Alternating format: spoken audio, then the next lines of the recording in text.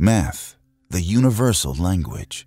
If one day in the future mankind comes to meet an extraterrestrial race, it's unlikely to involve a Star Trek scenario where everyone speaks perfect English in a weird space accent.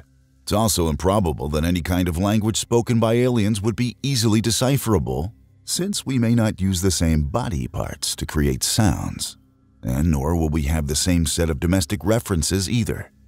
This means that any kind of universal translator invented to decode Earth's language will likely prove useless. If a race of giraffe people from Flange-gar 9 use their buttholes to make some kind of vibration language, there's no easy way of translating that into something we can understand. But with mathematics, we may be able to communicate directly without translating anything at all. The idea of using mathematics as a universal language is nothing new, and many notable communication systems have been developed from math over the past few hundred years. One of the earliest attempts at interspecies communication was put forward in 1820 by German mathematician Karl Gauss, who suggested planting huge areas of Siberian forest, which would demonstrate the Pythagorean Theorem to anyone viewing from space. 20 years later, Austrian pyromaniac and astronomer Joseph Johann Von Littrow suggested filling massive Saharan Desert trenches with flaming kerosene, with these trenches being dug out into various geometric shapes. The problem with both of these plans is that neither allows us to communicate anything more than a simple one-way message. If the aliens wanted to respond, what would they have to do? Set fire to the moon? Pee radioactive liquid into the Atlantic Ocean? No. If we are to communicate with extraterrestrials using math, then we need to form some kind of language. And this is precisely what German mathematician Hans Freudenthal tried to do in the 1950s. Freudenthal's creation was called Linkos, which is a portmanteau of the words lingua and cosmica.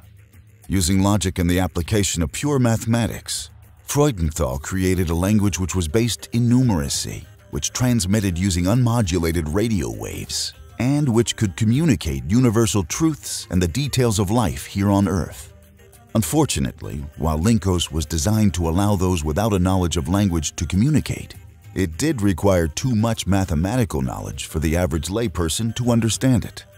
It also made several leaps regarding logic, assuming, probably incorrectly, that extraterrestrials would think exactly as we humans do.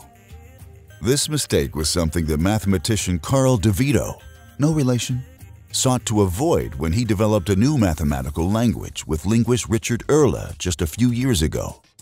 DeVito and Erle's language relies instead on 4 assumptions which do not rely on the human experience to allow communication.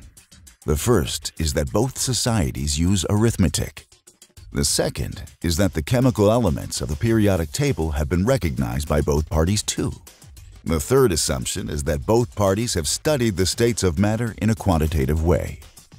And finally, the fourth assumption is that both societies know enough about chemistry to carry out chemical calculations. These assumptions rely on a technical understanding of the universe rather than any uniquely human references. And since they're all something we've known about since the 19th century, it's safe to assume any advanced civilization would know about them too. There may be some minor differences in the way things have been recorded and observed, but DeVito and Erle are confident that their language, which can communicate many pieces of scientific data about our life, will prove eminently useful should an alien race ever attempt to make contact with Earth.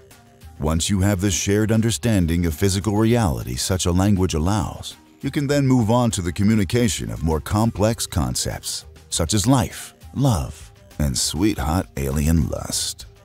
Because, after all, what's the point of talking to the aliens if we're not gonna bone them?